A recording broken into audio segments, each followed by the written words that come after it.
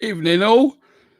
It's not water, that's all I'm saying. Good evening, welcome to episode 42 of Combe TV. And I am going to bring him straight in. My partner in crime, it's Tom Davis. You're on mute, mate. Make sure you take yourself off mute, whatever you do. I can do it. Oh, hang on, I just muted you after you unmuted. There you go, mate. Actually, I preferred that. I'm sorry, mate. Do you want a little Scooby snack and a tickle under the chin? Isn't that how you lost your last job? That's a good point. Yeah. It's inappropriate. So sorry about that, mate. Don't report me. God bless you, sir. How are you? Oh, yeah, good actually. Thank you. Yeah, a bit sort of busy and just muddling way through everything. Yeah, I think this lockdown has probably been the hardest. I think for us and for me. But yeah, we're getting there, and hopefully there's a bit of a light at the end of the tunnel in a few weeks.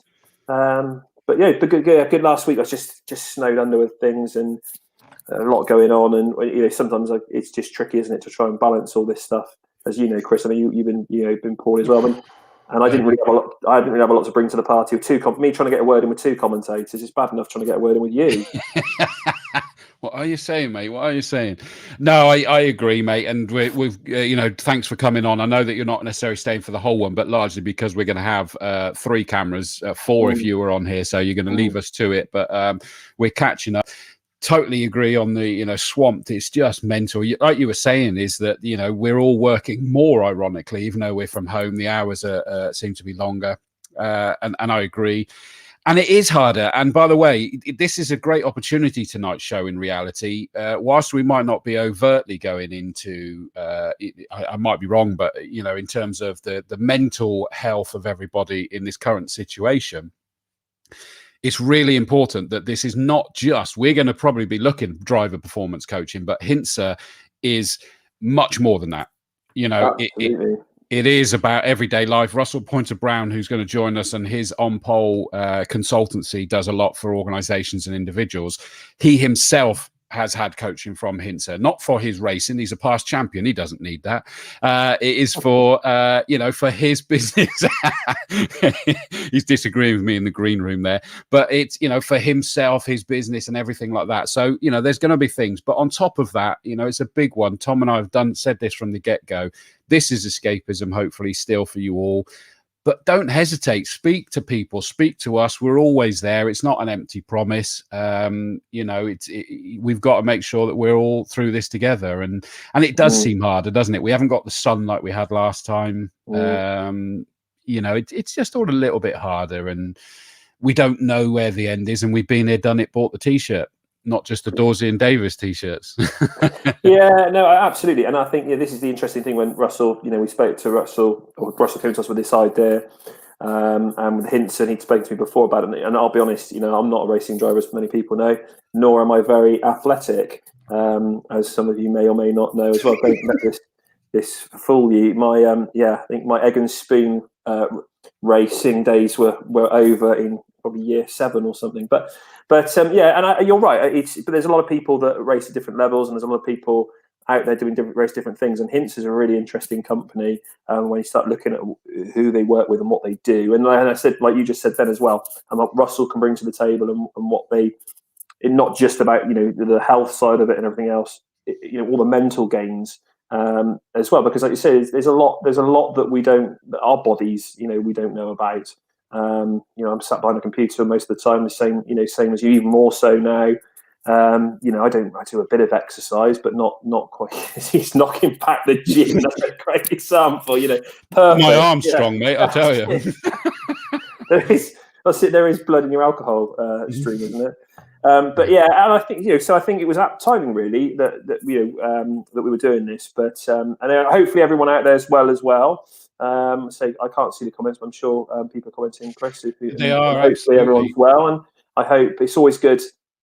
It's always good to see everybody, and like I said, know you're all out there, because I think that's the thing. Normally we'd be looking at thinking, well, we'd have some events and some track days and stuff, and it's always great. I love it seeing everyone come through the circuit, and hopefully, fingers crossed, we get to race in April, because it's great. It's nothing better, and I'm sure we'll do more shows as the time goes on about it, but. It's nothing better than seeing everybody. That atmosphere in the paddock in the morning, Chris, is just electric, isn't it? And 100%. That's what I'm missing. That's what I'm really missing. It is, agreed, and we know everybody is. So we're not trying to sort of slap that around there for people. It is. It's tough. Hopefully, we'll get it coming back again. Thank you, Chris Pearson. We put up there. Evening, hello, mate, and thank you for the Instagram post sharing, trying to get people to have a look at this. It is really intriguing what we're going to look at, and even our own chief of medical, Dr. Sue Smith, she was making a key point and saying this is brilliant. She'd looked into stuff, and it's about that, gain 1% on every element, whether that's, whether it's your nutrition, whether it's the mental, whether it's the, etc. And we'll cover that in more detail with the people that know it better than well, it's easy to say better than me, but those 1%, it will make a huge difference. And it's not to be underestimated. And that's what we're going to look at for certainly for drivers, but for everyday life, I think Sue made a comment. We obviously check all our drivers now. When they come in, and she said, as we know, we have had issues at the circuit with health related issues, and I think we underestimate sometimes ourselves. Things that we all do that actually health, eating better, training, and everything else has a huge difference in how we are. And with his, I say it was Darren, wasn't it? I think himself who was ill. I know it's the adrenaline and everything else, but it goes to show, doesn't it? And I'm not, just Darren, if you're watching, I'm not picking on you in particular, but I do remember, we all remember your little dirty protest you had. There he is.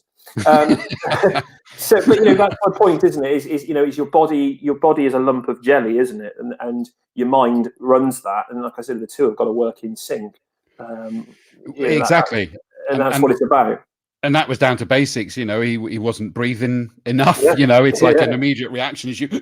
And that doesn't really work so well when you're trying to race. Oh no, we've just lost Pete. Hopefully Pete's going to come back on again. He's got the link, so he'll come back. He's lost from our green room. Hopefully we'll see him back very shortly.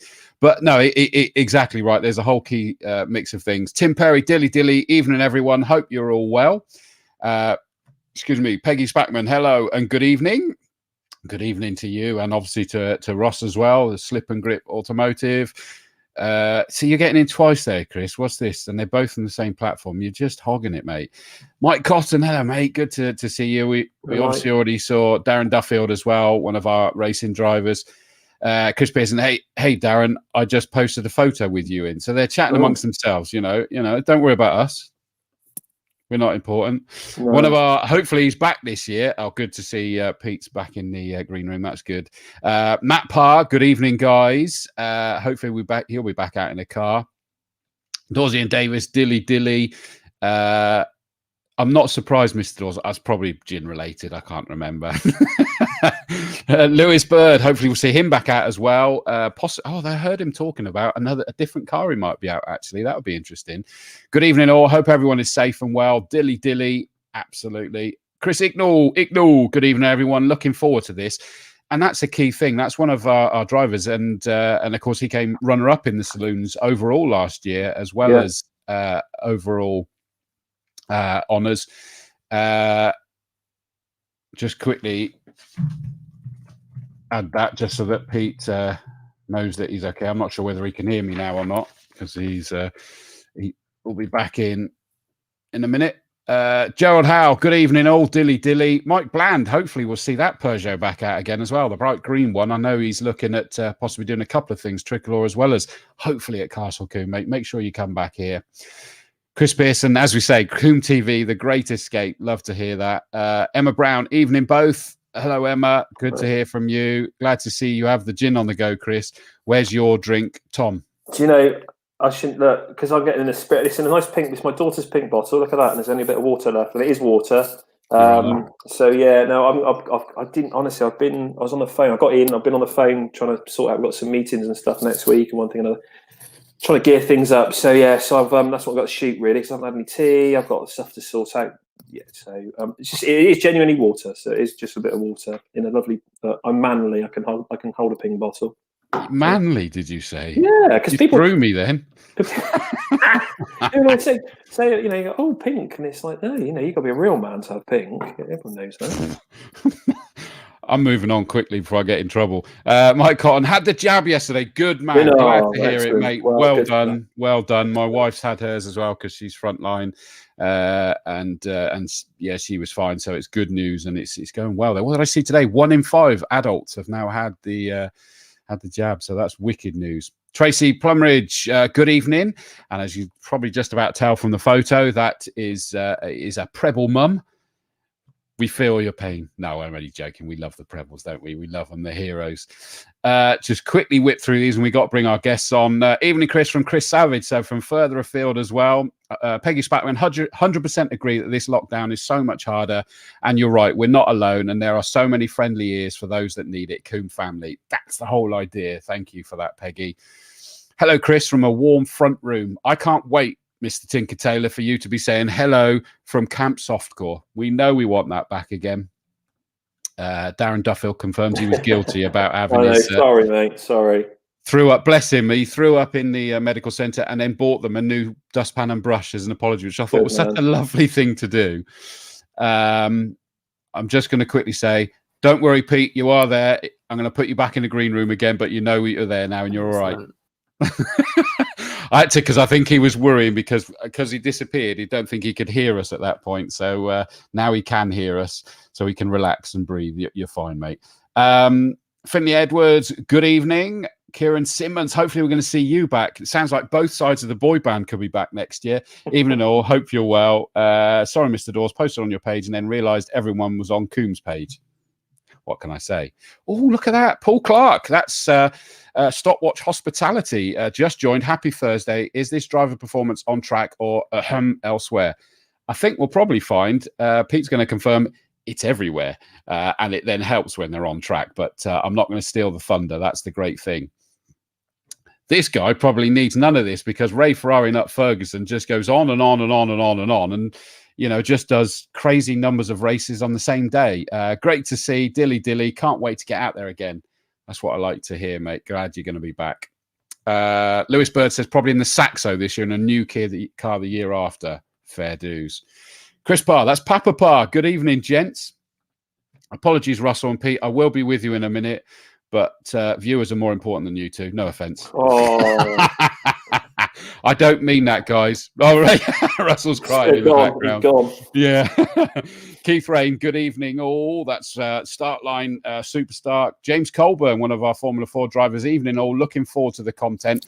I thought you might do, mate. Another driver, Adam Perrott. Evening, all. Looking forward to getting back out when we can. Anthony Cooper, thank you for putting this together, gents. Really appreciated and looking forward to this from a driver who struggles with nerves and pre-race prep more than most. And that's a key thing that we want to be looking at. And I know Russell was making this clear is that, they work with the likes of Lewis Hamilton, the Hintsa, and you'll notice that he's ridiculously calm and collected when in tricky situations. And it is very much about the mental. It's not just diet and exercise.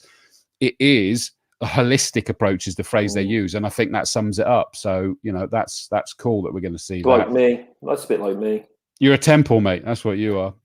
I worship you every day. I had my jab today, says Chris Savage. Dave Baggy Malpass, evening, guys. Hope all is well. Nick Workman, evening all from the Black Country, and warm welcome to Russell and Pete. You're going to see soon as well, mate.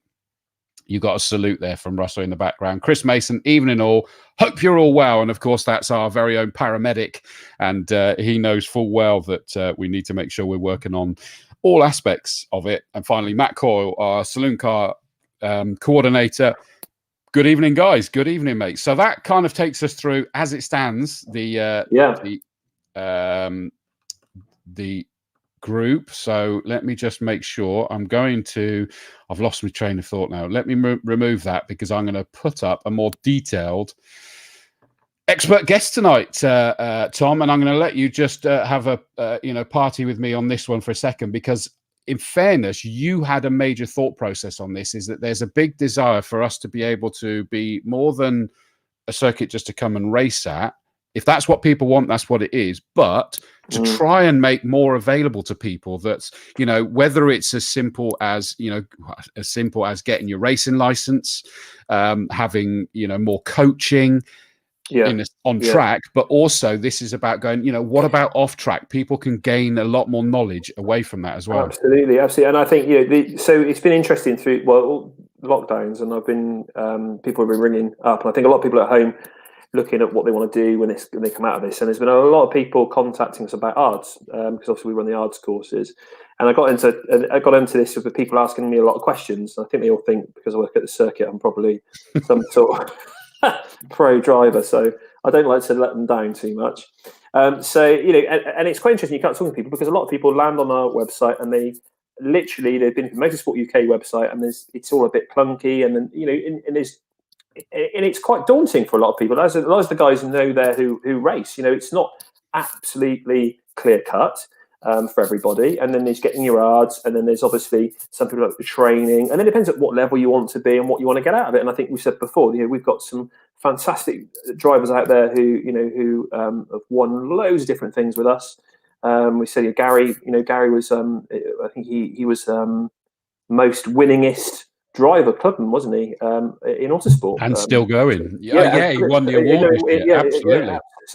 So there's a whole range, and I think when I always talk to people, I always try. They ask me. I say, it's what I want is they want their hands held to go for a step platform. Now that be, and I've had recently had a young chap with his dad ring, and it's a young lad, and he wants to get his ARDS because he wants to go into the Ginetta Juniors. So he's only 14, 15 years of age. And I was quite surprised, I said about the pathway, and I tried to sort of explain to him about all the different things and and all the other stuff. And it got me thinking. And we'd spoken to Russell about this is the whole point, isn't it? There's lots of people doing this for various different reasons. Some want to become the next Lewis Hamilton. Others, just want to be better at their hobby and enjoy themselves. And that's why we said we'd do this tonight, because I think there's a lot of scope here. Russell's got gained a lot of knowledge as well doing this, to try and pass on to people, to then say, well, actually, we could step this up for people. Either that be through the Hintsa platform, talking to Russell, or doing more with the circuit. And I think kind of signposting people is what we've been talking about. So, so people can get more out of it and more out of their hobby, and hopefully win more and enjoy themselves more and everything else. So I think, it's a really interesting, and I think there's probably no better time than lockdown. So yeah, it is. I agree. And I mean, I tell you what, it's just shown. I love this, seeing in the comments. I've got to put this one up. Hello, Chris says Claire Headley. Now, Claire Headley is in charge of Britcar, big series, Britcar endurance, and what have you. And, hi, Claire, great to see you. I'm hoping I come across to you out on circuit commentating on you guys at some point this year. But, there's a prime example where they are, she's interested from her and her driver's perspective. So it goes to show that this is of great interest. Oh, you don't think she just tuned in to see me and you? No. To be fair, no. Very quickly, Mark Gardner, hi guys. Scott Thompson, Evening Oil. This is a good one. I forgot about this, and I've actually got a comment on Facebook. Happy birthday, Gary Preble. You mentioned him. Oh, He's yeah. 50 today. I didn't believe that. Crikey. I didn't. I thought someone was winding. I thought. Yeah, I did. I thought, yeah, Adam was winding him up. Yeah. But no, Yeah, he's by the looks of it, he's turned 50. So fair play. He keeps himself certainly in shape. Yeah, happy definitely. birthday, Gary. That's wonderful news. Chris Mason trying to say he's faster than Hamilton. Problem is, I'd need the two-seater F1 car to fit in. He'd need both of them. In his ambulance, he might be. Yeah, exactly. Yeah, true. Right. On that note, Tom, I'm going to let you leave. Thank you. And I'm going to bring in the stars. Russell's waving at you. Thanks, Mrs. Dawes. Cheers, guys. I got a refill, so that's all that matters. And we'll catch up with you in a couple of weeks, I think it is now, Tom. It is, yeah. So hopefully, I think we've got a couple of drivers on for I think it's the 18th, all being well, I think it is. But yeah, I'm not going to ruin that now, but that'll be another really good show. Not that any of them aren't, but that'll be a fantastic one as well. It will. All right, thanks, mate. You take it steady. Enjoy. We'll catch Thank up you, with you everyone. Take care. Bye. Cheers, all. So Tom takes a well-earned break. Matt Parr abusing Gary Preble. Safe when you're behind the screen, mate. Yeah, I thought he was older. But Chris Pearson says 50. He had an easy paper round. You're not wrong, mate. Look at how hard my paper round was. Right, on that note, let's bring in the key guests here, and I'm going to bring them both in at the same time. We got Russell Poynter-Brown, 2005 saloon car champion in that famous yellow Vauxhall Corsa. We know it well, and is the owner of On Pole High Performance Consultancy. Good evening, Russell. Hello, mate. How you doing? Yeah, I'm good, thank you, mate. Sorry we kept you waiting there, bud, but we did warn you. And Pete McKnight from Hintsa Performance. Good evening, Pete. Good evening. How are you doing? I'm doing well. Thank you so much for joining us, Pete, because you are in a hotel in France at the moment. I am. Well, thanks a lot for having me. I'm really hoping that my connection holds out. It was kind of cutting in and out a bit, but let's hope it's going to be okay. Don't panic. If it goes, you just come back in and I'll bring you back in. Russell and I, people have said we're quite good at talking, so we'll be able to cover that one off. It's not a problem. Just quickly, first of all, on Pete's side of things, leads a team of around 40 coaches and practitioners with Hintsa Sport Business. Aki Hintsa is the founder of this. Some of you may have heard that name banded around a bit, and we'll go into that, I'm sure. Pete's background, strength and conditioning coach and head performance with professional and Olympic athletes for nearly 2 decades. I'm sorry, mate, but you're not old enough for that. But you've had an easy paper round as well. Goodness me. Anyone would think you keep yourself in condition then. I've been married 20 years, so I should be old enough for that. And goodness me. Wow, fair shout. You've worked with Formula One drivers, alpine skiers in France, track and field athletes, rowers, swimmers, footballers across Europe, as well as athletes in India and other parts of Asia, just to name a few. I mean, just as a life, lifestyle, I think those experiences to work with those people, as from a human perspective, step back and let me fanboy for a minute. That must be cool. Yeah, I mean, it's a real privilege. So I'm not actually from a racing background at all. So as you described, I'm from a performance background. So I worked as a strength and conditioning coach and a performance director, which basically means managing performance services like nutrition, physiotherapy, physiology, medicine, and psychology, and so on. With high performance athletes. So I had the privilege of working across 4 Summer Olympic Games and 1 Winter Olympic Games with a multitude of different sports, because the principles are kind of the same. You just adapt them to the sport. It's not like if you're a football coach, you can only coach footballers. But if you're a performance coach or a sports scientist, you can apply and adapt those principles to, athletics or swimming or Formula One as it is now. So I've been with Hintsa Performance for the last 6 years, and we work predominantly in motorsports and have quite a big presence in Formula One. And that obviously, as we knew, that would be the sort of like the catch there, and obviously it's fully Russell's idea to sort of do this. And if I bring in Russell up to the main camera, Russell, I mean, you have actually been to, I'm going to say Hintsa because I can't remember whether you said it was actually with Pete or whether it was someone else in Hintsa for yourself. Tell us about that. What triggered that, and what did you get from it? Yeah, good question. So I'll probably go back a stage actually, because my introduction to Hintsa came about through a request we had from one of our clients. In fact, almost literally a year ago now. So just pre, some serious COVID, as it were.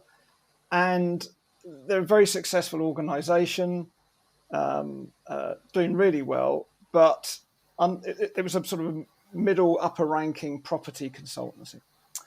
But unlike a lot of those types of organizations, they were very acutely aware of the potential for burnout, as they called it, the impact on the staff and the directors in terms of continuing that success and getting better and better. But they didn't want to do that at the expense of sacrificing the well-being of their staff. So they said, look, can you come and talk to us about how we can deal with these kinds of situations? And so I said, well, yeah, by all means. But I think there's another organisation that would add something to that mix. And God bless them, they trusted my judgment.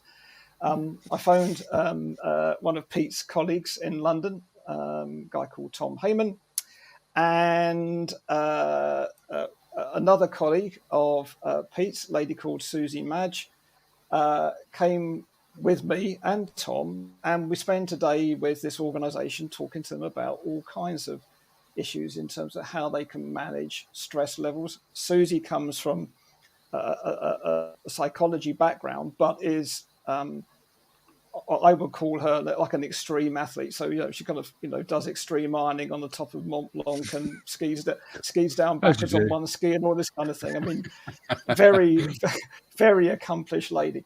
But we were talking about issues to do with psychology. This is more Pete's realm than mine, but talking about cortisol levels, stress hormones, how that can have, in certain levels, a positive effect, and in others, it can have a very detrimental effect, et cetera, et cetera, et cetera. It went really well. And, God bless them, the organisation phoned me the other week and said, particularly in the light of the developing COVID situation, we're still performing really well, and we might not have done that if it wasn't for work that you and Hintsa did. So that was my introduction. But to answer your question specifically, in parallel with that, I said, well, okay, I'm a bit long in the tooth now, but always willing and able to learn. Not doing so much racing today, but still haven't given up on that. But I thought it'd be really interesting to experience what Hintsa can offer, both from a motor racing and a sporting background or perspective, but also from how it impacts on daily life. Because as Pete will explain far more cogently than I can, there is undoubtedly a crossover between elite performance in sport, whether it's in Formula One, athletics, or swimming, whatever it might be, and how people conduct themselves in their day-to-day lives, whether it's at work or socially. And I just thought, well, do you know what? I'm going to give this a go. Now, nor should I be, but I'm not privileged to the sorts of, charging regimes that the likes of Lewis and, the other Formula One drivers agree with Hintsa. But I wouldn't say bargain basement by any stretch of the imagination, but I came to an arrangement with Tom that we could do some remote coaching just as well, given the the sort of COVID situation, with another Tom, guy called Tom Clark. One of Pete's colleagues. So Tom sets me a program. If you're interested in due course, I'll tell you a bit more about that. But Tom sets a program. I follow that program. I weigh myself every day, record a number of steps, all this kind of stuff. And then once a month, Tom and I get together and we discuss that and we see how that's going. To offset the fact that Tom isn't available and we can't meet face to face, I have another guy that works with me. His name's Miles Abbott. Super guy. He's a personal trainer. Lives locally to Combe, and so Miles is kind of there to take the program that Tom has developed for me and to make sure that I do it properly. So I don't kind of quit on it. I get the right technique, so I'm getting the maximum benefit, and I don't kind of harm myself in the process. And it's remarkable, actually. I mean, I've been doing this for a year now, and I've not bothered to calculate all the stats, but there is a demonstrable and measurable difference in my general fitness levels. You might not gather it from the way I'm sitting here, but one of the areas that Tom and Pete and others work on is sort of around biomechanics, physically how you sit and how you hold yourself. And I've been terribly round-shouldered for years, which is a mixture of sitting in too many racing cars or being strapped into them and sitting at a desk. And my wife, Michelle, mentioned yet again the other day, she said how my posture has improved. It's quite incredible.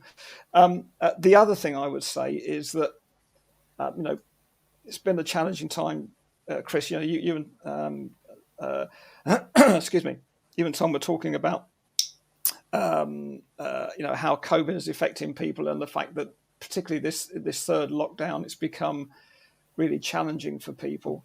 So you've got those kind of issues. You've got work pressures, family pressures, or whatever. And I have found that although I was a pretty, sort of self-reliant kind of individual, fairly robust, I have found that the conditioning work and the exercise programs that I've done with Hintsa, I think have enabled me to see things in a slightly different perspective, not get quite so wound up about things, be able to, chill out a little bit, use common parlance, and just generally not feel so anxious, I guess is the best way I could put it.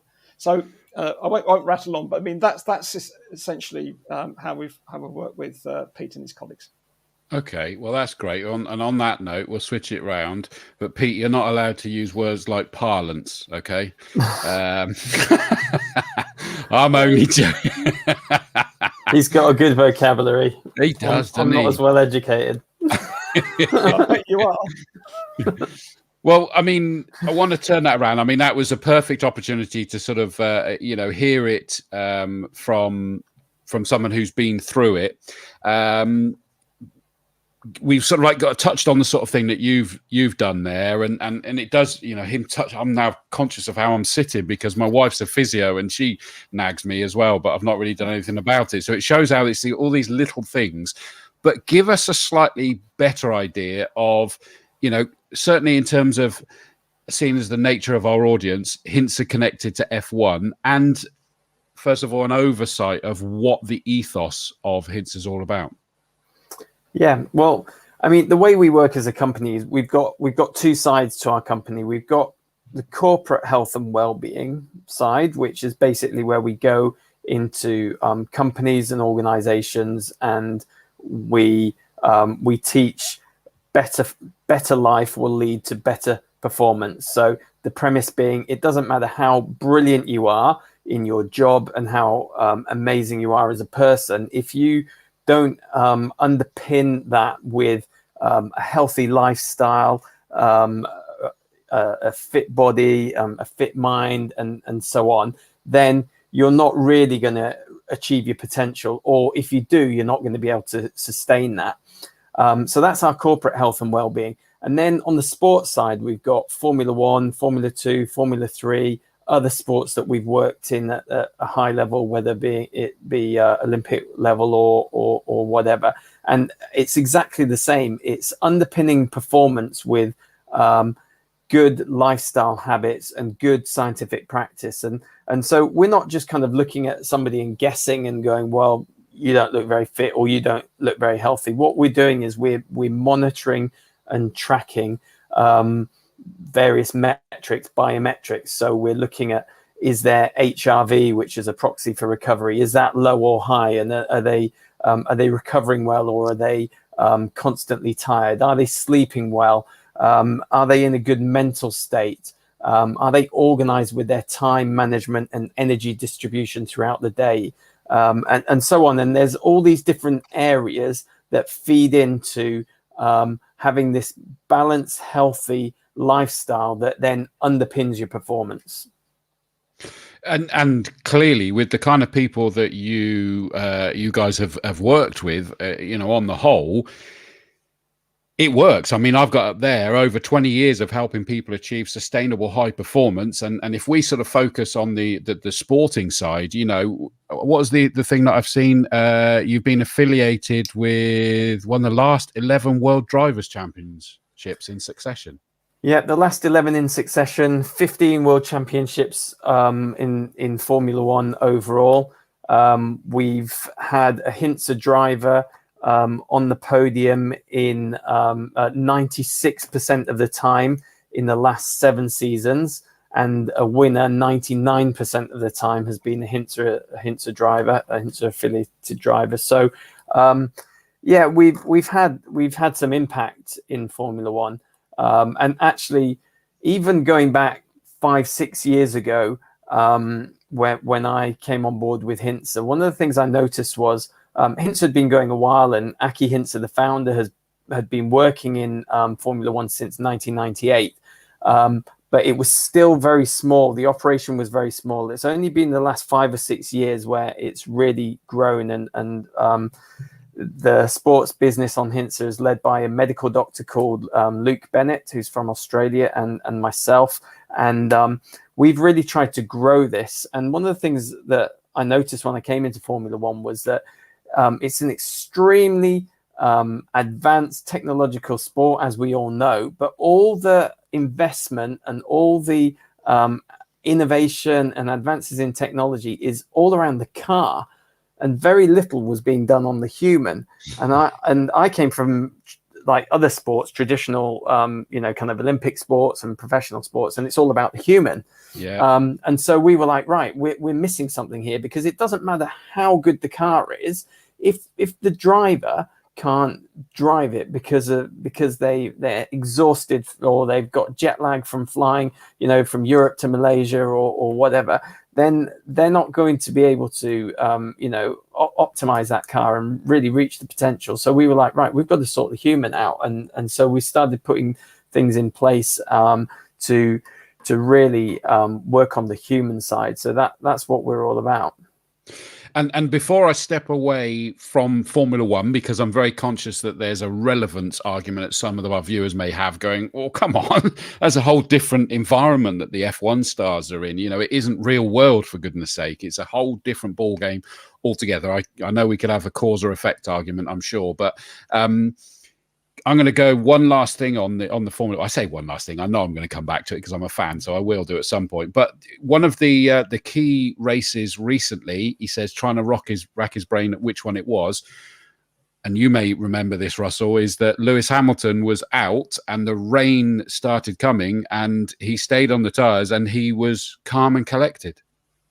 And I think, in fact, Russell, I think it was you that actually pointed that one out to me, is that there's a key example where other people might be getting stressed and worried, and you hear it on their radio, their radio shouts and screams, whereas he's kind of like, oh, it's fine, we got to do this and I'll do that. And that clearly has come from a lot of the mental training.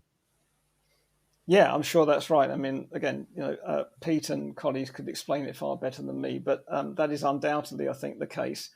On pole-wise, we work with people using something called OODA, for example. Now, I don't know if some of the viewers can cast their minds back to the first Top Gun film, where Maverick is sitting there looking at the screen with all these contemporaries, and they're analysing these various manoeuvres that they've been doing in their training.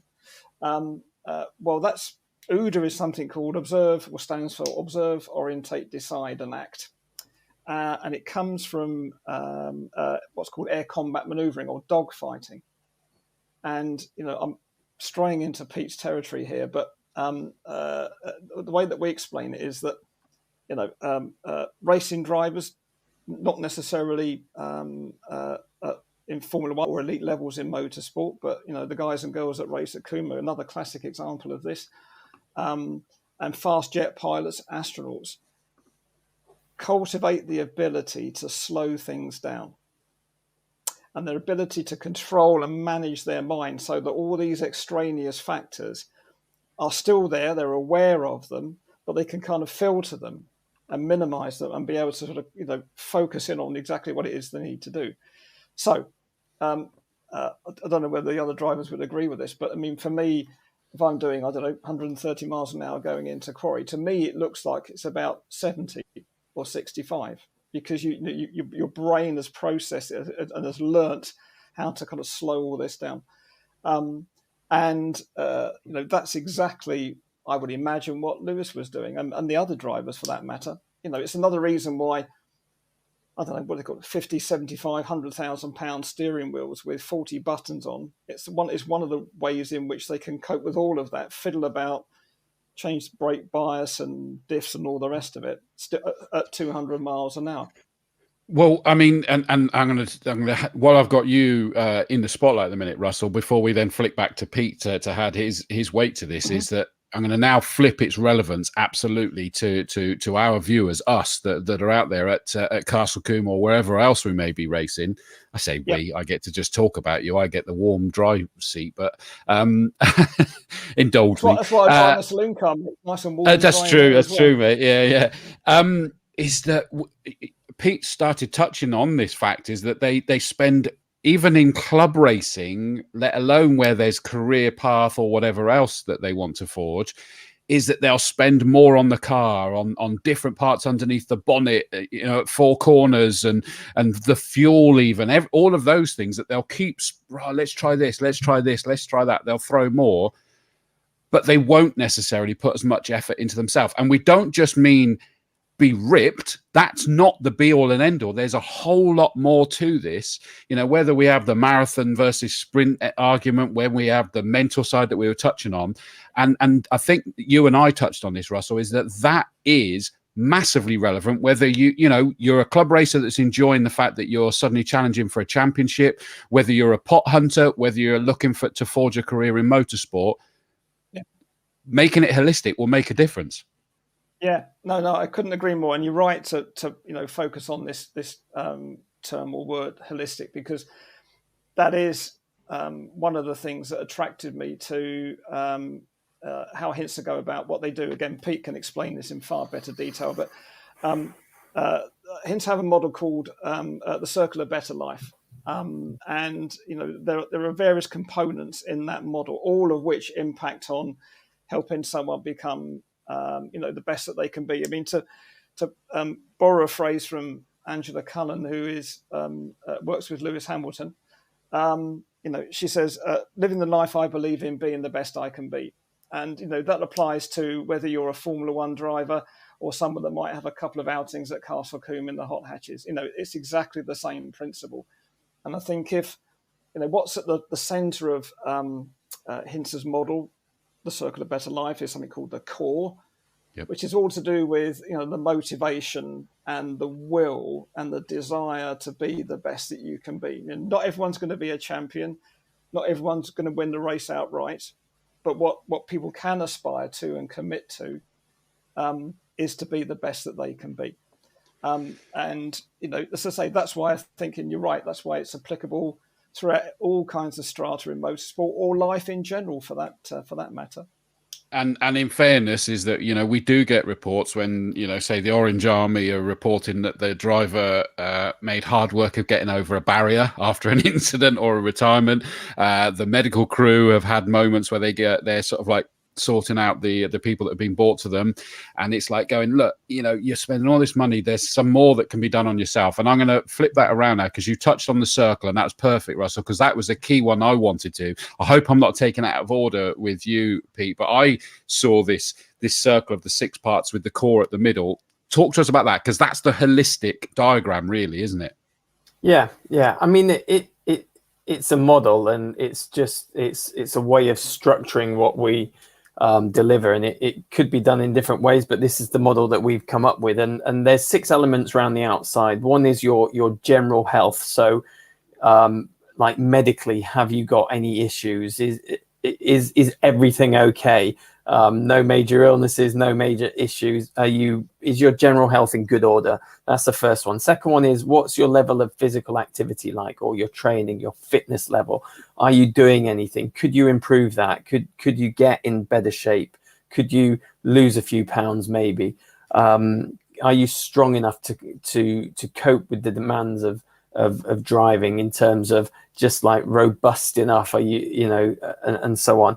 The third one, nutrition. Are you eating well? Is your diet supporting your fitness goals, your general health and well-being goals, and also like your cognition? Because we know that what we eat and drink can really help us be more alert and more reactive, and so on. And then fourthly, biomechanics. Russell mentioned this before. So biomechanics is more to do with our, how does your body work, your posture. So linked to kind of physiotherapy and so on. Are you mobile and flexible? Have you got lower back issues and pain, or are your kind of joints and movements good and in good order?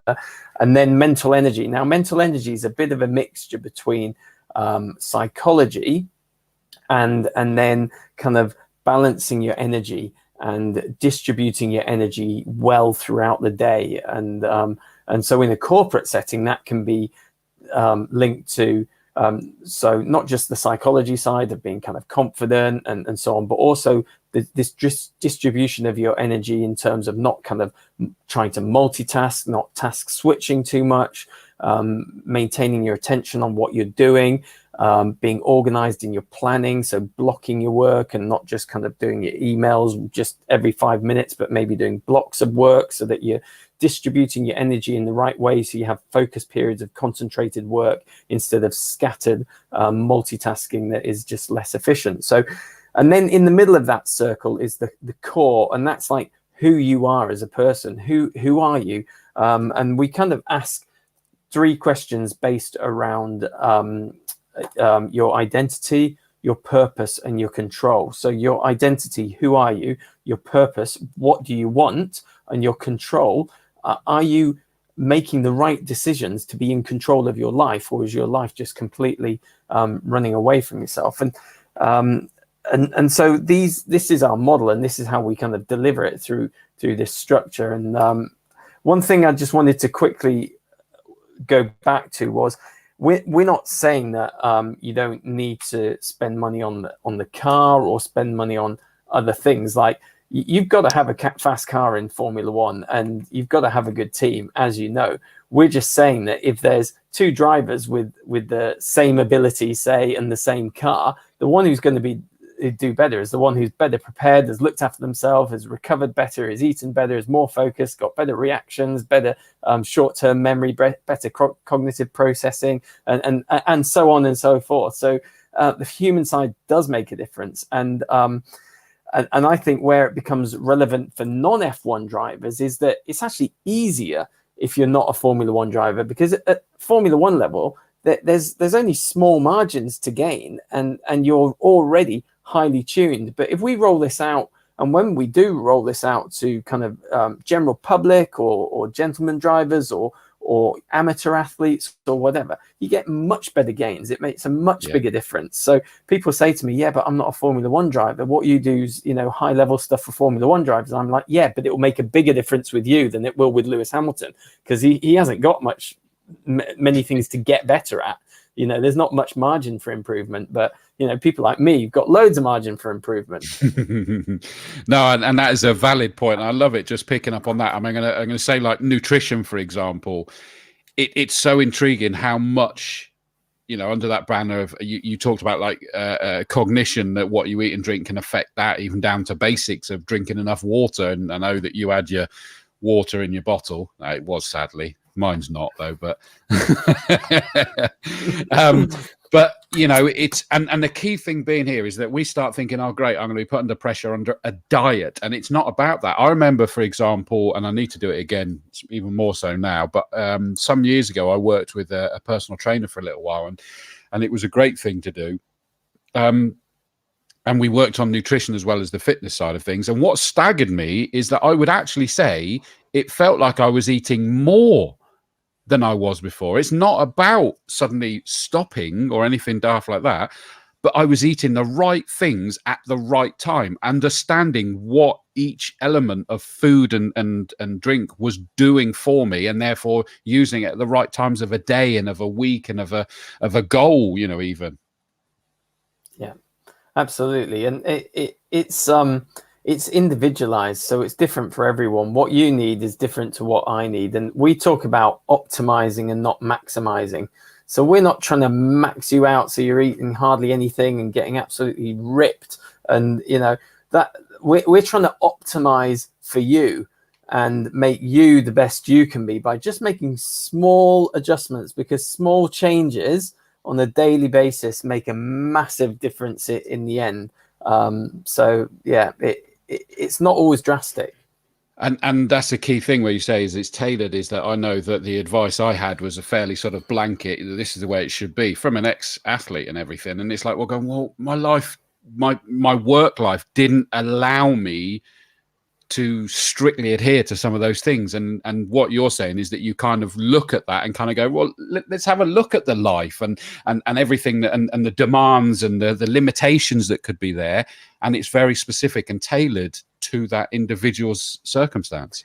Definitely. And you know, one thing we found is that we don't want to do things that are going to add even more stress. So if I'm saying to you, oh, you have to go to the gym 6 days a week, that might push you over the edge and add even more stress. So why would we do that? Because it's going to be counterproductive. We'll find something that is going to optimize you and work for you. And it might be 3 times a week, or it might be twice a week, or it might be not going to the gym, but doing something else instead, doing another form of exercise. So it's not a one size fits all. It's not kind of a blanket rule for everybody. We've got to find what works for them and what's going to optimize their performance. No, and it makes sense. And I've forgotten what the title that you put it under, where you, like, especially if it was in the corporate world, about, you talk about, you know, not doing your emails constantly, but compartmentalize. What heading did that come under again? Sorry. Blocking your work, or maybe like not multitasking, but doing stuff in blocks. The structure of your day. One of the mental energy. Yeah, it comes under the mental energy block. Yeah, sorry. Yeah, and it is about doing certain things at certain times. I mean, it's like, for example, I love a phrase that I learned was the kiss a frog. First thing in the morning, kiss a frog. I.e., you know, the things that you really hate doing, and you spend actually most of your day going, damn it, I'm doing all of this, but I've still got to do that yet. Oh, I'll do that later. I'll do it later. I'll do it later. And actually kiss a frog first thing in the morning, and it actually can make you feel better for the day. I'm not saying that suddenly fits everyone, but I just thought that was a wonderful sort of like psychological approach.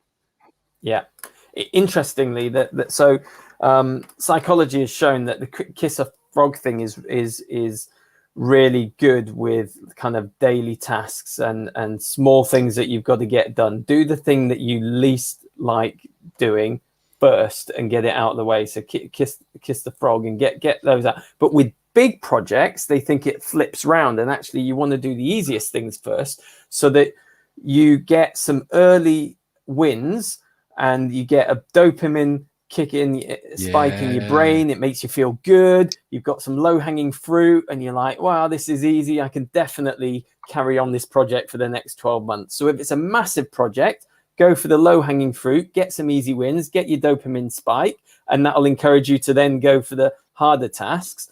If it's kind of smaller daily tasks and something you've just been putting off and procrastinating, do the hardest thing first, kiss the frog, get it out of the way, and then do the easier things. So yeah, it can flip. That's interesting, because I'd not thought of it that other way around. And you're right, is the chemical reaction. And I'm going to flip it round for a second, give you a break for a minute, Pete. Is that, Russell, that's presumably a key area that then comes into your domain as on pole, high performance consultancy, is that is kind of your bag, isn't it, really? Yeah, amongst other things. Yeah, most of definitely. course. And, Yeah. you know, the way that, yeah, but I mean, no, the way that you and Pete were talking about, you know, kissing the frog, etc. That's exactly what we did with the property consultancy that I mentioned, which was, you know, our first introduction to Hintsa. That's precisely what we did. You know, trying to kind of turn their working day around a little bit, and just help them to kind of organise themselves that little bit better. You know, you mentioned earlier on, Chris, about this, you know, phrase along lines of, you know, marginal gains, and Pete referred to it as well. That's exactly the point. You know, very often you don't get the biggest benefits by, you know, what some people call big bang change or initiatives. It's, you know, nibbling away at the margins, as it were, just getting a little bit better, but being able to replicate that and improve on that time and time and time again. But certainly the work we do with individuals or teams does incorporate exactly what you've been saying. We Pete might recognise this.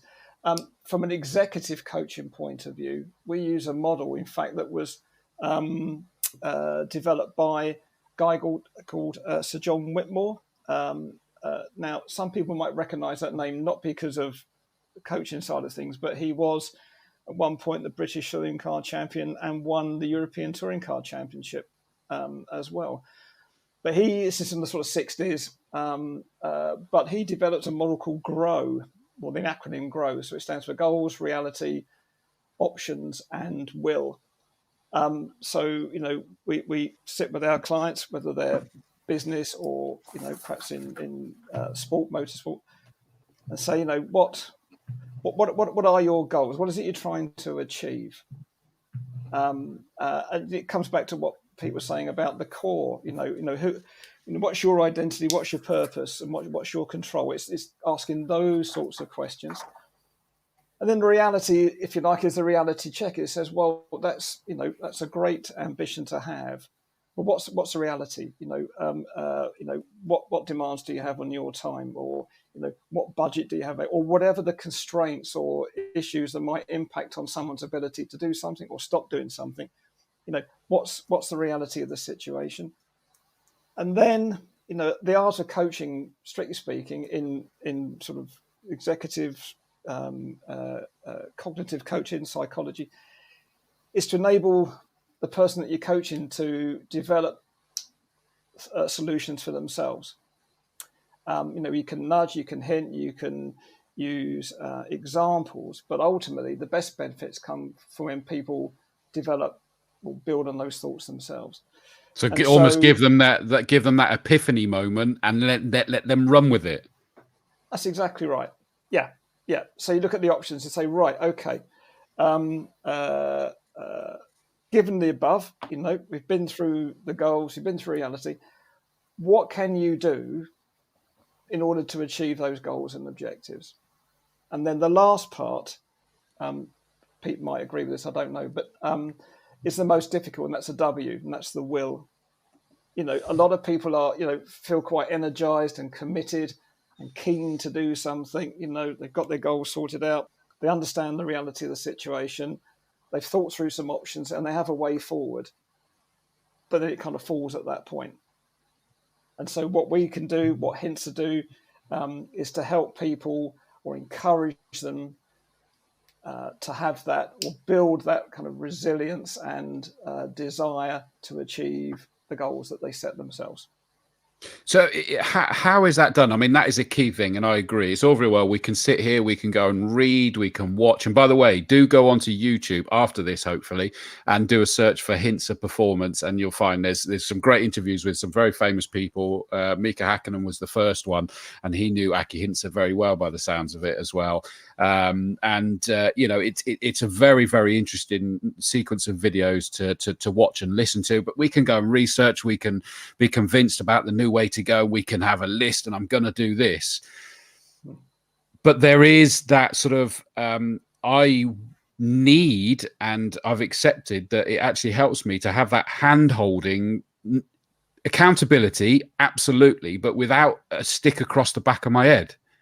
You know, it's seeing it, bringing it to life, give me the motivation, sometimes the stick across the back of the head, whatever it is, but the mixture. It's not just kind of, many dieting groups are out there and they just keep smacking you. You're going to fall off eventually, and they get to keep taking your money because you'll come back and sign up to another dieting fad yet again. And that's how they keep making their money, sadly. This is about making you understand, buy in, yes, accountability, but see it come to life in front of you, as I understand it. No, that's exactly right. I mean, to morph that into how we work with teams, for example, there is a very popular concept at the moment called psychological safety, and it's this ability for individuals and teams to perhaps in the current situations, express that they're worried about COVID, or that they're not sure about whether they're up to the job, or whatever the sentiment or the situation might be. But the ability to express that and not be judged by their peer group. And the reason why I'm going down this route is because I think the secret to unlocking someone's will or commitment or desire or resilience to see something through is to enable them to realize for themselves that they want to do it. Yeah. That makes sense? 100%. Yeah. And so, morph that into the work we do with teams, for example. OnPol works with some people from the military, RAF fast jet pilots in particular, and former leader and one of the members of the Red Arrows. And then if you look at the way that the Red Arrows works, for example, and how they debrief. I mean, this time of year when they're getting their display season sorted and beginning to practice their routines, they probably fly 3 times a day when the weather's good enough. But they debrief after every sortie. And, that's done in this sort of psychologically safe environment. I mean, these are very capable people, never failed anything in their life, pretty strong ego, immensely high achievers. And yet with all of those characteristics, they're able to mold themselves into, in fact, not just a team of 9 display pilots, but there's 91 other people behind the scenes, a team of 100 people that enable them to do what they do. And therefore, the analogy is very similar to Formula One in that respect. But the key point is that, when they do that debrief, military is very hierarchical. There's different ranks amongst the pilots.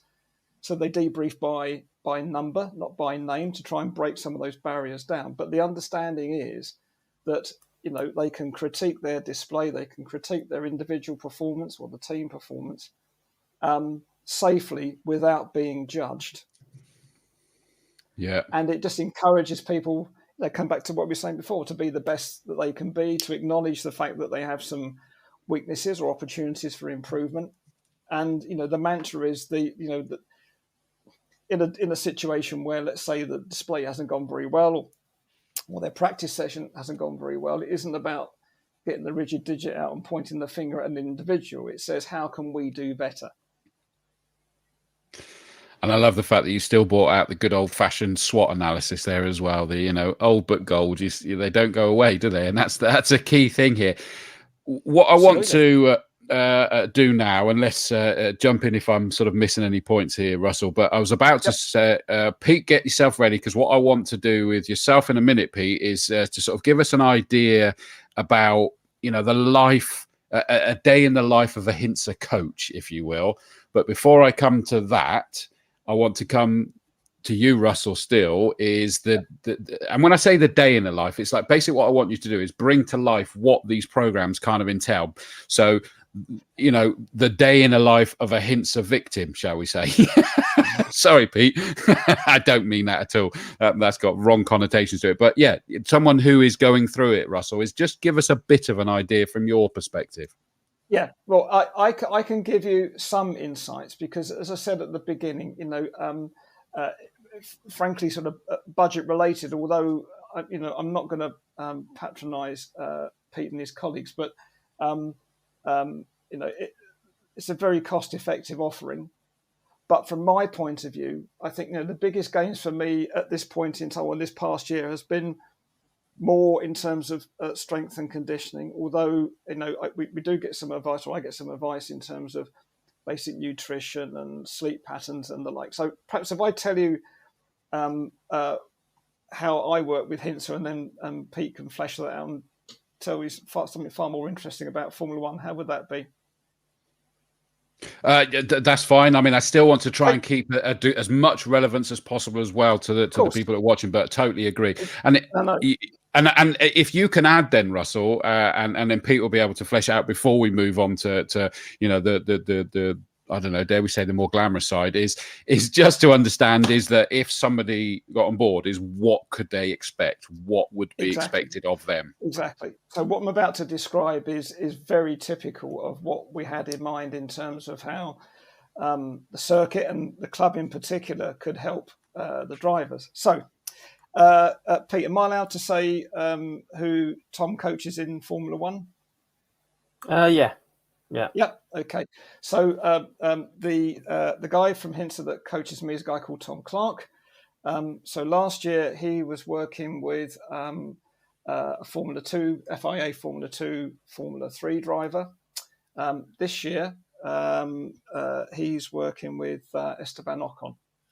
So I have access to someone that is very capable, very experienced in his own right, but can draw on all kinds of sources of advice, not least of which is the fact that he's working with Esteban. I mean, the previous year or two, Tom also worked with the Williams Formula One team as well. So against that background, what do I do with Tom? Well, first of all, Tom sent me some warm-up sessions and mobility sessions, and the first one I did, I phoned him up and said, I feel like the warm-up session was an exercise session in itself. And he said, yeah, that's exactly how it's supposed to be. I could have quit at that point, Chris. It was that hard. Wow. But, better now. But I mean, proper warm-up. I mean, it's a residual thing from when I used to play a lot of rugby, but I have a bit of a lower back issue. So the point is that Tom has developed some warm-up and mobility sessions for me specifically to target that area, and it's worked, I'm pleased to say. Wow. So that in itself is really valuable. Depending on other commitments, I probably do between 3 and 4 sessions a week. Interspersed with bits of running and decent walks and all that kind of stuff. But in terms of these particular exercises or sessions that I do with Tom, there's what they call hypertrophy sessions, which is all about breaking down and rebuilding muscle fiber.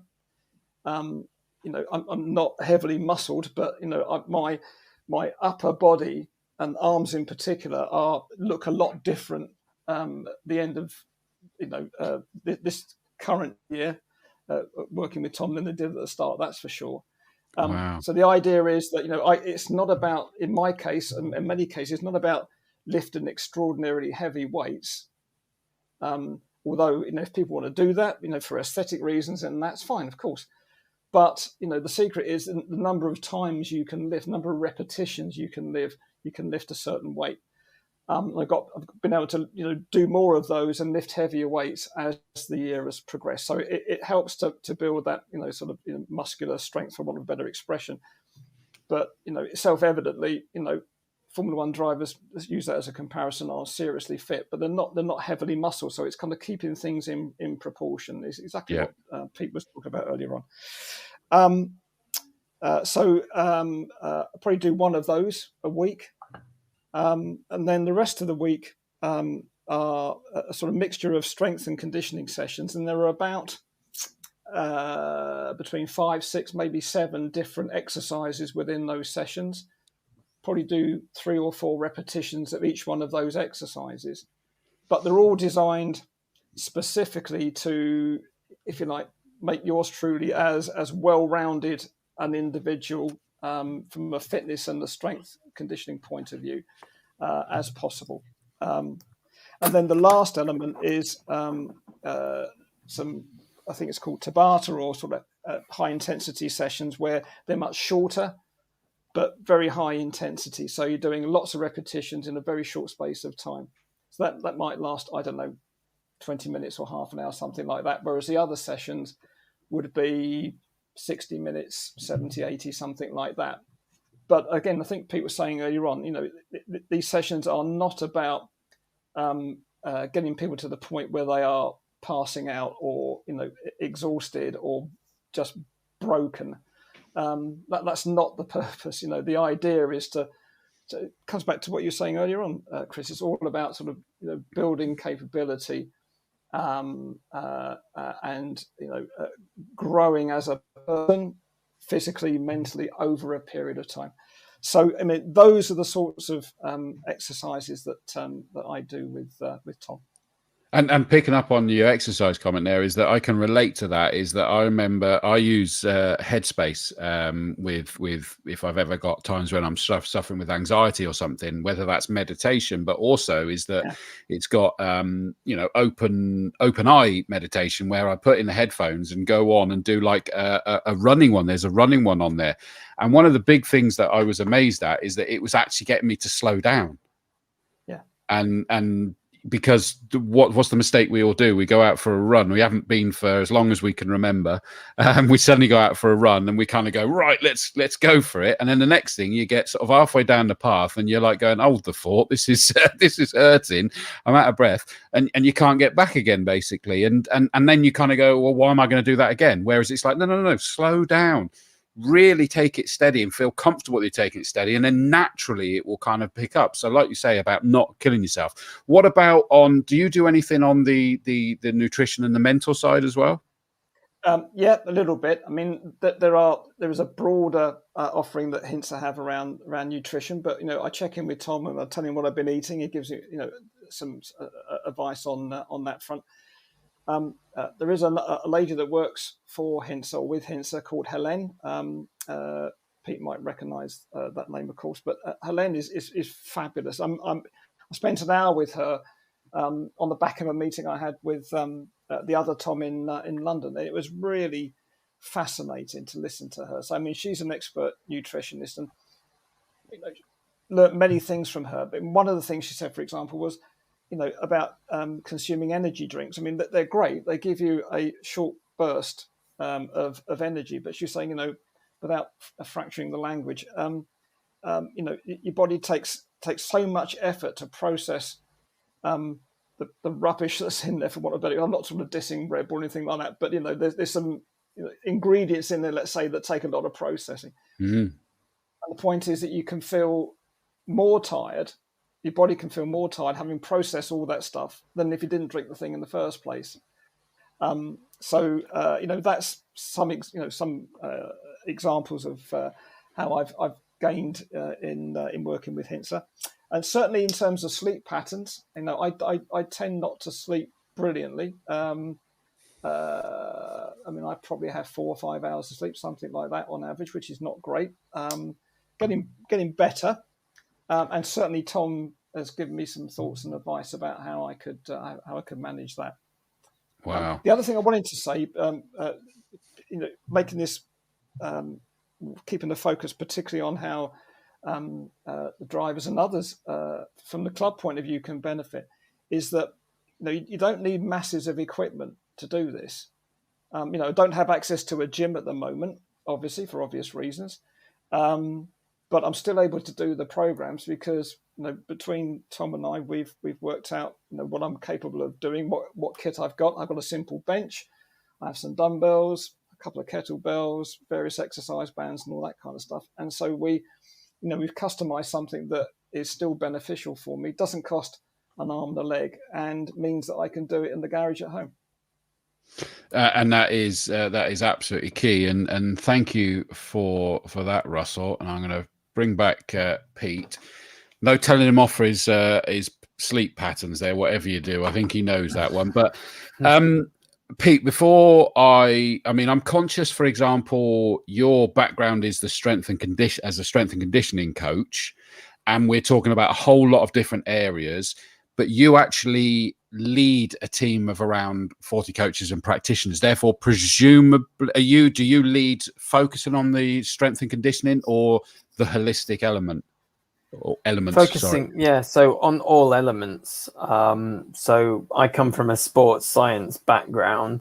So I did sports science in general before I went into and specialized in strength and conditioning. So I have a basic understanding of the other disciplines like nutrition and physiology and biomechanics and sleep and so on.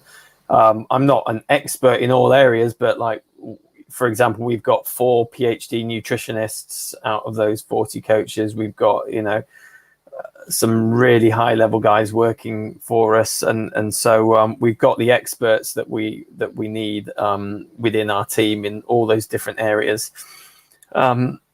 So just to kind of step back to what you were asking before about what the program could look like for somebody coming into it. What we tend to do is when we get a new person into a program, we look at what area out of those 6 areas of general health, physical activity, nutrition, biomechanics, sleep, and mental energy. We score them. We get them to score themselves in those areas and find out which one is the one that they should start on, which is your lowest score, that this is your low hanging fruit. Let's just go for this first. And say it comes out as sleep. We might go, okay, fine. We're not going to touch your exercise and your diet at the moment.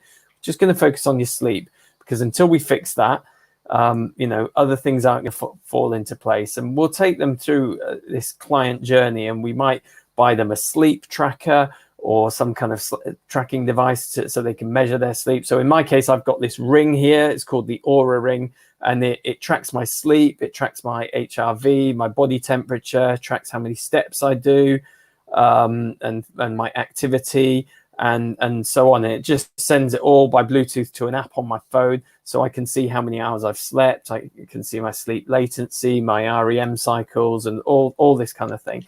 And so I can work on my sleep in that way and make sure that I optimize my sleep. Then I might go, right, well, next I need to really work on my physical activity because I'm not in great shape and I've got these issues. And so like Russell was saying, he's got a program and that would be put in place.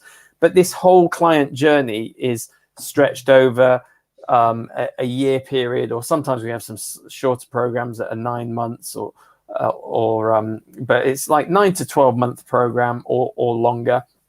And we actually have an app as well called the Hintsa Better Life app. And on the app, there's lots of different audio podcasts and educational materials that you can listen to, talks on these different areas, so you can educate yourself, but you can also track your activity. You can upload your sleep data, your exercise data, your body weight. You can put your food in and all sorts, and it will interact with other technologies. And there's also an in-app messaging service where you can actually then message your coach, but then you can also organize coaching sessions by Zoom as well with them. And so you go through this client journey and you just kind of pick off these areas one by one, if you like, and work on them until you're in a better state of balance, if you like. And like we were saying before, it's not like absolutely killing yourself on one area and doing crazy extreme stuff. It's just finding areas that you can be a few degrees better, or a few % better in, and then just working on those. And there's that educational element as well as then putting it into practice and making it a habit and so on. I totally agree with the educational, because there are some parts that you suddenly get educated on. You're like, damn, I never really knew it'd have that kind of effect on it. And that must be the intriguing side for you. I can imagine it's quite rewarding. I used the phrase earlier, that epiphany moment. And I train when something, not like you do. I do public speaking presentation skills training. And there is a psychological side to that, because a lot of people are terrified of actually doing that and what have you. And I love the training that I give when you just have that epiphany moment where they go, I'd never thought of that, or I'd never thought of it that way, or I'd never realized that affected that and what have you. And that must be incredibly rewarding to see the pieces join up in their own head. Absolutely. I mean, that's the whole reason why I kind of got into this in the first place when I started coaching. And my life mantra is to help people grow and develop and reach their potential. So to help people grow and develop and reach their potential. And it's exactly that. And it's so rewarding when you see people unlock something for the first time or have that epiphany moment that you were talking about. It's so rewarding because they're one step closer to reaching their potential, because so many of us are operating way below our potential. And it's just sometimes small things that need to be unlocked or realized. And if we can help them as coaches, that's why I love coaching. I want to help people grow and develop and reach their potential. If we can help them, then it really is rewarding. And I agree. And I know Russell and I have spoken about this as well, about our two business sizes, that just pick up on that you love about opening their potential and things. My company, my surname is obviously Dawes, as you know, and my company is called Open Doors Training. And it is about how, from my own experience, when I was back at university and that, I was like paralyzed by fear about presenting. Could hold court in the pub with the lads and everything, but put me in a presentation, fell to bits. And I kind of overcame it myself at uni. And then when I went into sales and marketing, and then lo and behold, it led on to, we were sort of saying about how lucky it is what I do, getting paid to talk about my favorite sport and things like that. And it's like, that was my door that it opened by sort of thinking about these things, looking inside myself and having those epiphany moments, and it opened these opportunities. And I try to help others open whatever doors they could be, whether it's promotion, whether it's just a different direction, whatever it is. So I completely understand that. Sorry, Russell, you were going to say, mate. No, that's right. I didn't mean to interrupt, but I just wanted to latch on to the point that you and Pete were making, really, about fulfilling your potential, and this expression of Angela's about being the best that you can be. When I first started working with Tom Clark, I one of the questions I asked him is that you sure you want to do this, mate? Because you're working with elite Formula 2, Formula 3 drivers, Formula 1 drivers. I didn't put it quite like this, but why are you wasting time with an old git like me? And he said, no. He said, that's not the point. It's about the reward, if you like, in seeing how people can improve. And Tom's a great bloke. Has no reason to butter me up, but when we last spoke, it was about a year, as I say, since we first started working together, and he was saying it's really encouraging to see that the progress that you've made, not just for you but for me, i.e. Tom, because it's just say he's just found it really rewarding. And I just wanted to echo that point about this fact about optimizing, not maximizing, but optimizing people's performance and enable them to be the best that they can be. Absolutely. And I could see that passion coming through, which is why you suddenly probably saw me come alive, because I kind of like, I get it. I can see that. And Russell, clearly with On Pole Consultancy, it's all about that. It's about helping people. And I love the fact that, all of this, yes, there's all this wonderful history that we're able to touch on with Hintsa and all the amazing people that you've worked with. But I've got a phrase, for example, is that I'm about to take Open Doors training online, and I was chatting with a marketing guru, and he's like, going, what's different that you do? And I went, well, look, I'm not trying to create the next TED Talks superstar. I want to give everyday person that confidence to participate in meetings more, to actually speak up, to say yes when they need someone to give a presentation, that's able to train people, that's able to let their knowledge, their passion, their experiences, their skills be heard.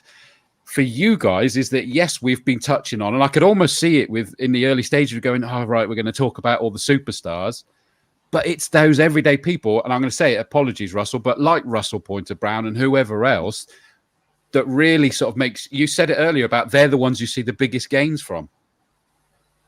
Yeah, absolutely. And we're all human beings at the end of the day, and it's great working with top level stars and so on, but really the challenges are the same, just at a different level, and the rewards are equally good with any type of person who's motivated to make change and wants to get stuck in. And they're the type of people I love working with, you know, whether they're Formula One drivers or, you know, corporate people or whatever. If they're motivated and they want to learn and they want to make a difference and they're keen, then I'm up for it.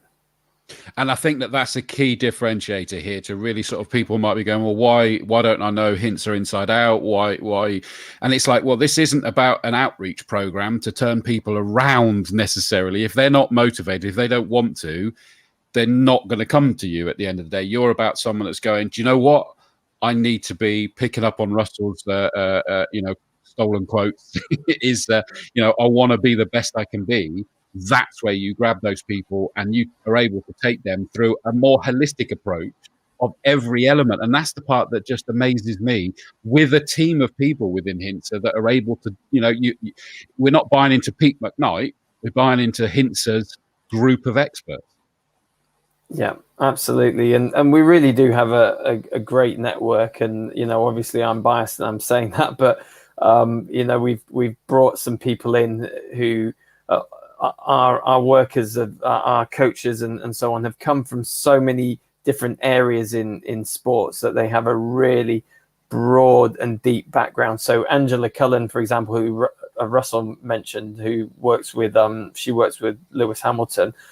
I used to work with her back in 2005 in UK athletics, and she worked with a group of Great Britain sprinters, and she worked with Mo Farah in his early days. Wow. So she was in athletics when I was in athletics at the same time. And then when I moved to Hintsa, I needed a physio, and I was like, who can I get? And then I remembered, Angela, and I bumped into her, and next minute we recruited her and brought her on board. So we've got a great network of people that we've brought in from all different areas who've worked at the highest level in sport, and then also in business and in other areas. Some of the coaches that Russell has worked with, like Susie Madge, she's got incredible experience both in sport and in corporate settings. So we do try get some good people to add to our team. And I hope you realise where you were touching on about that history there, and that, you know, 2005, and you realise it's gone full circle. You're now working with the 2005 Castle Combe Saloon Car Champion in Russell Poynter-Brown. Amazing. You know? Hey, who would have known? Hey, keep your Mo Farah, keep your Mo Farah. We got Russell Poynter-Brown, you know. Exactly. I absolutely love it. Look, I'm conscious, I can certainly see it, Pete, is that you've done an amazing job. You're over in France at the moment in your hotel room. Thank you so much for doing it. But I can see that you're getting tired. It's clearly been a busy day. Really? only because we were chatting earlier. I can just see it in your eyes, and I'm paying enough attention to it. Is there, I mean, Russell, you might have it here. Is there, you know, other things that you want to cover at the moment? Because I'm conscious that you had it in your mind from Pete or from yourself. Well, I guess from my point of view, you know, we've gone through some of the basics and some of the mechanics. I think, you know, the principal point of this session was, you know, to make it sort of reasonably interesting and entertaining for people. But there's kind of a serious side of that, is that, you know, if people wanted, having listened to what you know, yours truly has been saying, certainly Pete, that if people wanted to, you know, take it a stage further and have a chat about, you know, what we could individually or collectively do for those drivers, then you know, let us know, because be only too willing to help. We'll have to work out, Chris, the best way of you know, gathering people's interest, whether they email you and then you let Pete or I know, or vice versa, or, you know, perhaps at your club address there, possibly. Only because it was the easiest one, and it just sort of manages a little bit better. It's almost as if, you know, here's one I did earlier. That was a bit Blue Peter, that one, wasn't it? There, as you mentioned it, it popped up on the screen. Hi, got the badge. You know, only because it's like, it won't actually be me, but I can disseminate it accordingly. If you've got another suggestion that's easier, then feel free to say it now. No, that's fine. I mean, you know, the important thing is that we, you know, the club, and, you know, vicariously, Pete and I, you know, if we can help people on any level, in, you know, any part of that circle of better life, then, you know, only too willing and able to do so. And that's the key thing. We do want to sort of push you guys towards having a look at it. Let us know at this stage. It's like, right, let's garner some interest.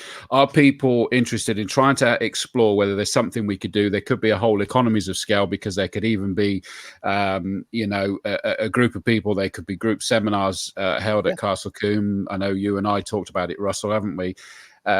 Because I know we talked about even like the media training becoming part of it, which, clearly, I can only assume that Hintsa even get involved in how. Actually, I'm going to bring that one up, and because it's a subject close to me, Pete, and it'd probably be a quick answer, this one, I'd imagine. But if I also get involved, obviously, in media training, because it's the public speaking, why people communicate with, and not just the media, but sponsors, potential sponsors, fans, all of that kind of thing. And it's critical. But of course, you've got a sports person that's just got out of a situation that might not have gone particularly well. They're furious, but it's kind of tough luck. You've got to make them understand why they've got to read it. Does that come under the mental element as well for them? It might get highlighted in that mental element, but we as a company don't deliver that training. So normally the teams look after the media training for the drivers. We look after media training for our coaches, and we've taken a whole host of them through training. I myself have been through multiple courses in speaking, communication, public speaking, media training, and so on. So we recommend it for our people, but we always bring in a third-party organization to do it for our people, or the teams do it for their drivers. I don't necessarily mean the actual media training itself, but I could almost envisage that there's a psychological element that it's like, how do they deal with frustration? How do they deal with disappointment? How do they deal with, negative emotions towards other people or towards a circumstance? I'd imagine you've got to get involved in that. Absolutely, yeah. So we bring in our performance psychologists, and they look after that whole side. So yeah, they work through all those different elements, and then they'll have different strategies that they'll set up, and if certain things trigger, then they'll have a strategy that they go to, and they're very good at putting things in place to combat this, so that the driver's not going to kind of fall apart if anything drastic happens. And so yeah, the sports psychology, performance psychology is a big part of what we do. Yeah, and that's where I just love. I can see that crossover there. Is that it's very, very important. Yeah. Okay. Anything else, Russell, that you feel that we should cover so they can come again? Let me put that back up again. Is that drop me a line if it's something that you're interested in, and I recommend it highly. Tom Davis, who was here earlier, it was part of him was trying to sort of expand what we're able to offer. And you've got the 2005 saloon car champion, or one of our instructors in the Castle Combe Racing School, and the ARDS instructor, one of the ARDS instructors at the circuit in Russell Poynter-Brown, and the medical car driver, of course, let's not forget that, Yes. that has done it himself from a business perspective, let alone it will impact on the sporting side. So it's that knowledge that is key to help. We need to look, don't we, really, Russell, to sort of see what we can bring together for people on this side. No, that's exactly right. We always envisaged it would be a kind of a menu-based thing. So, people shouldn't feel inhibited in terms of feeling they have to buy everything. For example, the various components within the Circle of Better Life. That's not the point. I think Pete said earlier on, it's about, talking to individuals, finding out, the areas where they feel reasonably confident, or perhaps areas where they don't, and focusing on those first. The other thing is, it doesn't matter how modest or humble, people's expectations or aspirations or desires are. As I said before, not everyone's going to be a champion, not everyone's going to be able to win the race, but every individual has it within them to be the best that they can be, as I say, at whatever level. So, again, people shouldn't feel inhibited in terms of thinking, well, this is only for, an elite few. That's certainly not the case. Sorry, Russell, is that you had that battle with us as well when you sort of talked about this. We were like going, well, that sounds, and you could almost see that Pete was kind of conscious of this, is that we're talking about the elite superstars, and it's like going, well, careful, we're not sort of suddenly taking it in the wrong direction. It's like, no, that's just credibility check to show that. But the point being is that you convinced us, go, no, this is not just for the elite. This is for everybody across the board. Even Chris Pearson saying there, great advice for all of us, not just the race drivers. And that's a key thing. I know Chris has got it absolutely spot on. As I said right at the start, one of the things that interested me and fascinated me about how Hintsa go about what they do is the transferability. Not just in terms of driving a race car, but how you conduct yourself, in business, commerce, relationships with other people, whatever it might be. There are anxiety. Yeah, exactly. Yeah, absolutely. All that kind of stuff. There is stuff that people can learn and benefit from at any point in that process. No, exactly. Just to put this up, Chris Mason from the medical crew at Combe. I'd like to say a huge thank you to Russell and On Pole for their continued support of the medical team. Absolutely, I second that one as well. I'm conscious, by the way, we haven't said too much about On Pole. I don't know whether in your mind we've said enough. If there's more you'd like to add about On Pole, please take this opportunity, Russell. No, it's good of you, Chris. People have been very indulgent. Time moves on. Very, very quickly. The reason why I do what I do now is because I started life, still am, as a chartered quantity surveyor, actually. But I got fed up of duffing up contractors and subcontractors in dark alleys. I thought, there must be a better way to earn a living. And the construction industry was and still is, frankly, incredibly adversarial. And it frustrated the hell out of me that there were some very able people that couldn't fulfill either their individual potential or their organisation's potential because of this kind of adversarial nature in terms of how the industry is structured. So, kind of very long story short, got more and more into things like partnering and alliancing and collaborative working. Went off, did an MBA, and that was very helpful in bringing other kind of dimensions as well. And so now we still do lots of construction related stuff, but the thing that I get most satisfaction from is working with individuals and teams around kind of team psychology, team performance, learning from all kinds of other industry sectors, be it Formula One through Hintsa, be it from the military and other forms of elite sport, and plus the coaching qualification that I did in coaching and behavioural change, just helping people get to a point where and teams to feel that they can adopt this principle of what I said before in terms of psychological safety and put all of those issues that get in the way of a constructive and meaningful relationship, put those to one side and say, what we're trying to do here, at the end of the day, we're on the same side. We're trying to deliver something, whatever that might be. Let's just find a better way of doing that. So that, in essence, is what On Pole does. Absolutely, and I know that you and I have sort of like done some bits and pieces together and things like that, and I'm a huge fan of what you do. Mike Cotton says, even for an old man like me, bless you, Mike. That's you're as young as young as the lady you feel. I don't know. That's probably not what I should say now, but there we go. But Mike, no, it's good to hear. One of our drivers, some useful tips and insights from not only a driver's point of view, but also a career progression point of view outside of the racing. Glad to hear it, mate. Yeah, from YouTube. Akata, by the looks of it on the picture, inspirational. Thank you. You'll improve. Matt Parker follows up his comment by saying, thank you, Russell and Pete. There we go. He's done it again. Inspirational. Our lives are going to improve.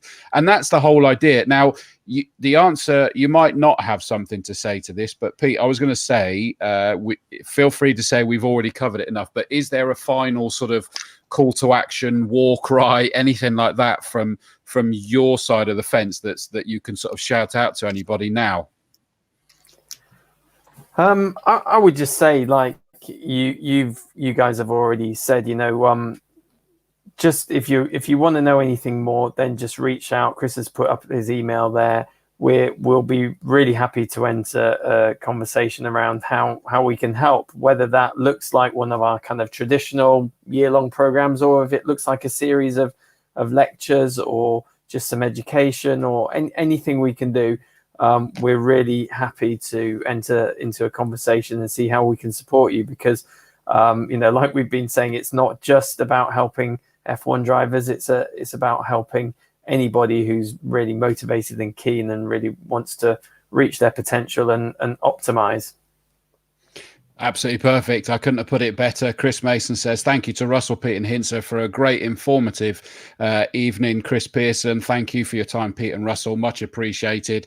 And I think the great last comment I'm going to put up to then bring this show to a close and say thank you is Jeff Gendel. And I know his young son, Alfie Gendel, is a very exciting up-and-coming racing driver. Excellent show. Really interesting. Alfie's mum and I have really enjoyed it. Thank you, Chris, Russell and Pete. And I said it was the last, but even Darren Duffield's coming in saying very interesting, lots for myself to learn. Tim Perry, thank you, Russell and Pete. Take care and see you all soon. On that note, gents, thank you so much for that input. It's been really insightful, really helpful, and hopefully we will see you taking this a little bit further. But Pete, thank you very much, my friend. No problems. If anyone does want to reach out to me directly, then Twitter or LinkedIn, if you just type Pete McKnight, you'll find my Twitter or LinkedIn. Really happy to take questions or answer anything that you've got. Brilliant. Thank you, mate. I'm going to put you back into the green room. Wait there, because we'll just quickly catch up when I go off air. So if I put you back there, Russell, thank you to you, mate. It's been as good a show, I hope, as that you intended it to be. No, definitely, really enjoyed it. And that's a pleasure. And just thanks to you and the club for having the faith to invite Pete and I along. Really appreciate it. Absolutely brilliant. Well, I'm going to put you back to the green room as well. Thank you, Russell Poynter-Brown, for coming on, obviously on pole.co.uk. I am going to take this opportunity to put this one up. David Vass says, hi, Chris. Before we go, please say congratulations to Carl Tilley and his team on winning the LMP2 class in the Rolex 24-hour race at Daytona last weekend. Absolutely. Any of you that have been around Castle Combe for a long time will know that name, Carl Tilley. Absolutely brilliant performance. It was great. But listen, thank you so much for joining us. I hope it's been useful. Drop us a line. Let's get in touch. Let's see if we can provide this kind of services for you. It's about us as a club trying to sort of give a more, even more service for you and help you become the best you can be. I'm going to go and be the best I can be. It might involve another gin knowing me, but listen, from us, Combe TV, that was episode 42. Thank you so much for joining us. Have a fantastic evening, and we'll catch up with you in 2 weeks' time. Good night. Becoming a racing driver has never been easier with Castle Combe Circuit. Book your ARDS Novice Drivers Training course at the Wiltshire venue today. The easiest and quickest way into competitive on-track action.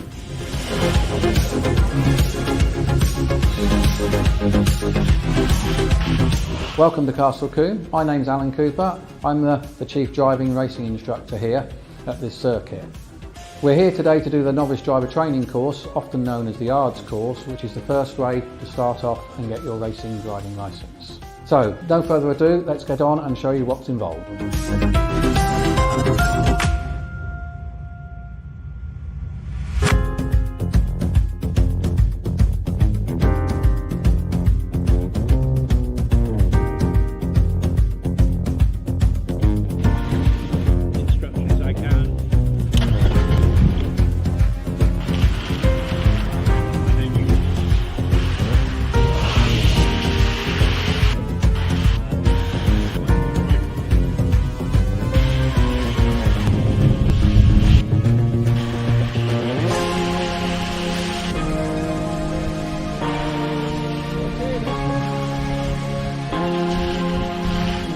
So you've seen the format. Everyone here today passed their tests and now have their racing licence. Who knows? The next time I see them could be as I commentate on them in front of the usual packed house of racing fans here at Castle Combe Circuit. All you need to do to be next is to visit castlecombecircuit.co.uk and select Become a Racing Driver under the Racing tab. Becoming a racing driver is easier than you think with Castle Combe Circuit and Motorsport UK.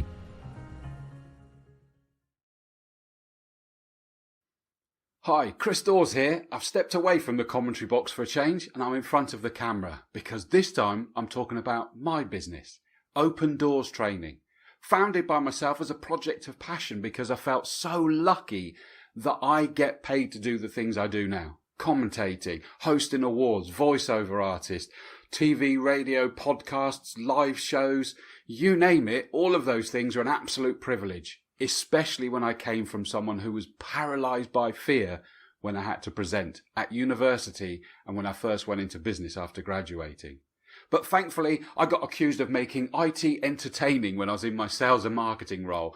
I know, not that easy, but I'm proud of that one. And that's what really was the trigger, enabled me to carry on with all the different things I do now.